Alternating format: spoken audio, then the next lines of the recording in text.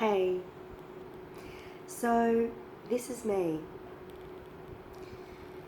When I saw Hannah Gadsby recently, her Netflix crusade, Nanette, I realised how important it is for our stories to be told.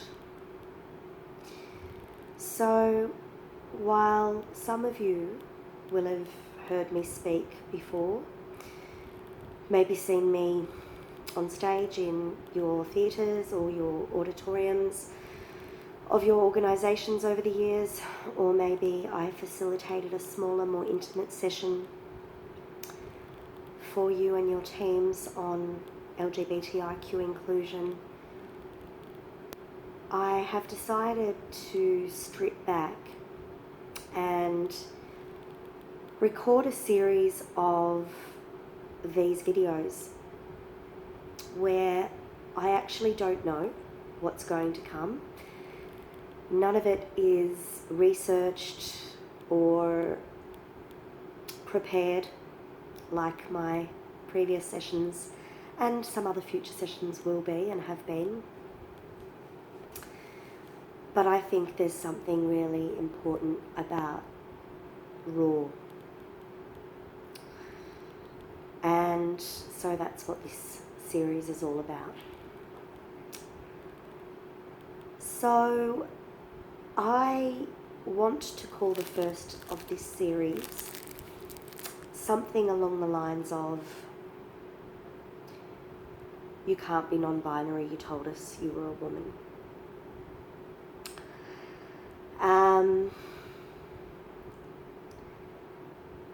It's interesting because when I think about gender and the experience of one's gender, or what has been thrown around many, many times as being called gender identity, I realise that in the course of the years that I have been working in the area of LGBTIQ inclusion, and it's been about 6 or 7 years now in total, almost full time that entire time, I have come to know more about myself, and probably more than I ever imagined I ever would.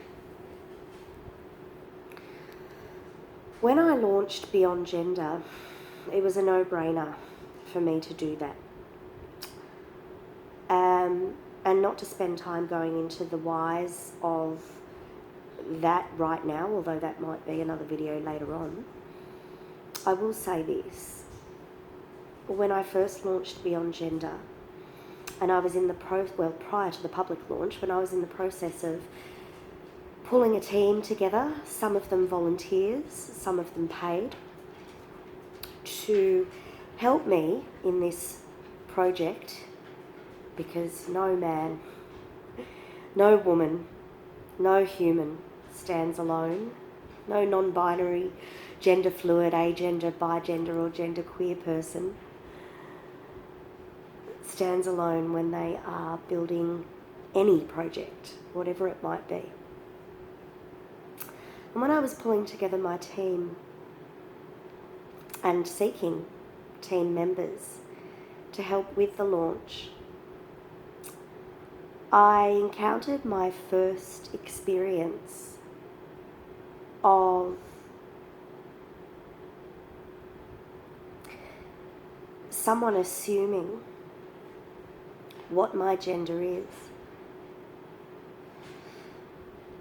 And that assumption was based on, when I confronted them and chatted with them about that sometime later, that assumption was based on the fact, apparently, that I hadn't told them or let them know that I wasn't experiencing my gender in a certain way,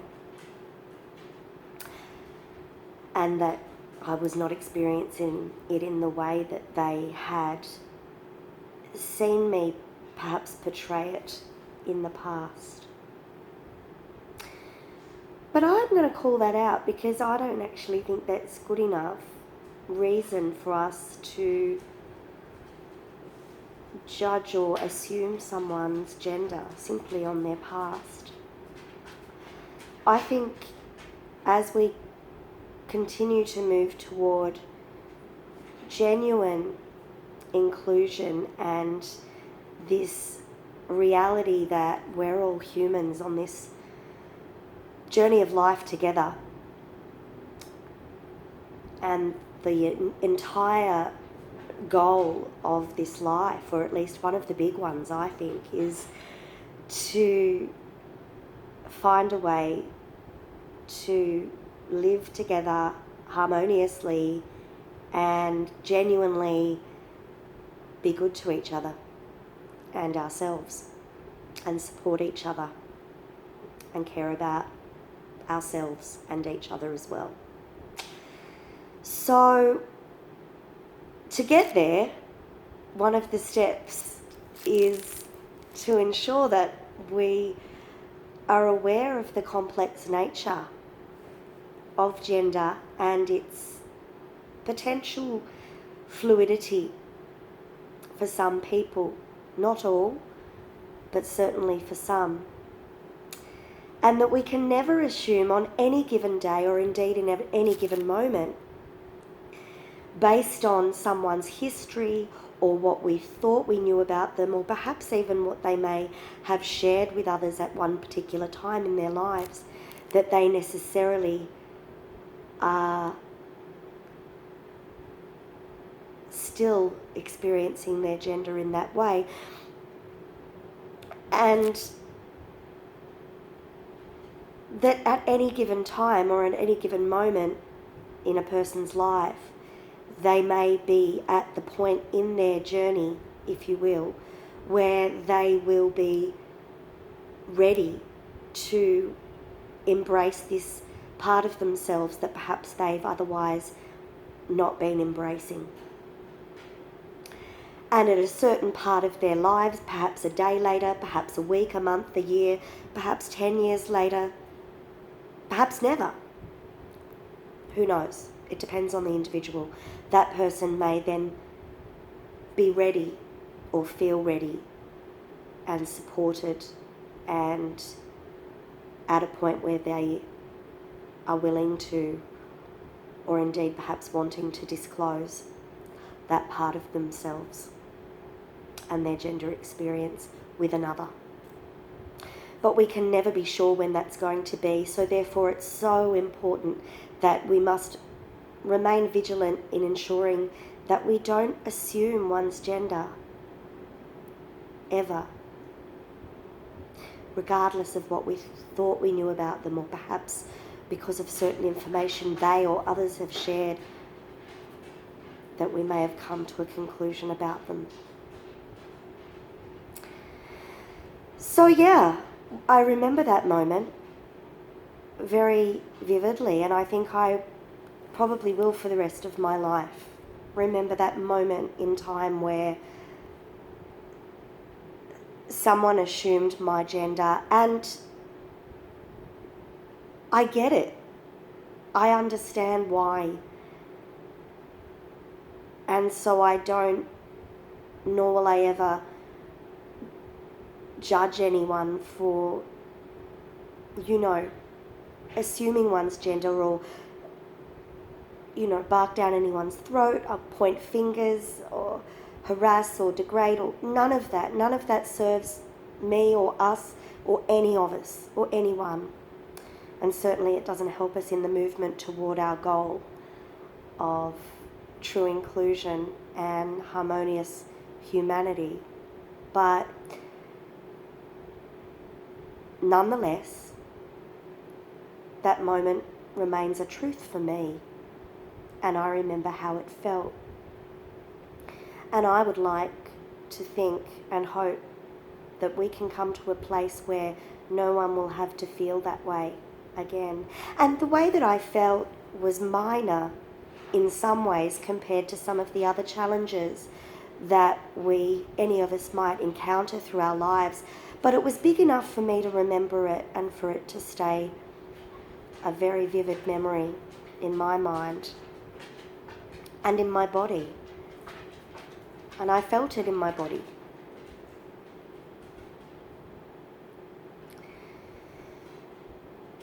And when someone assumed what my gender was in that moment and judged me for doing the work that I do because they assumed that I don't experience my gender in a queer way, that hurt.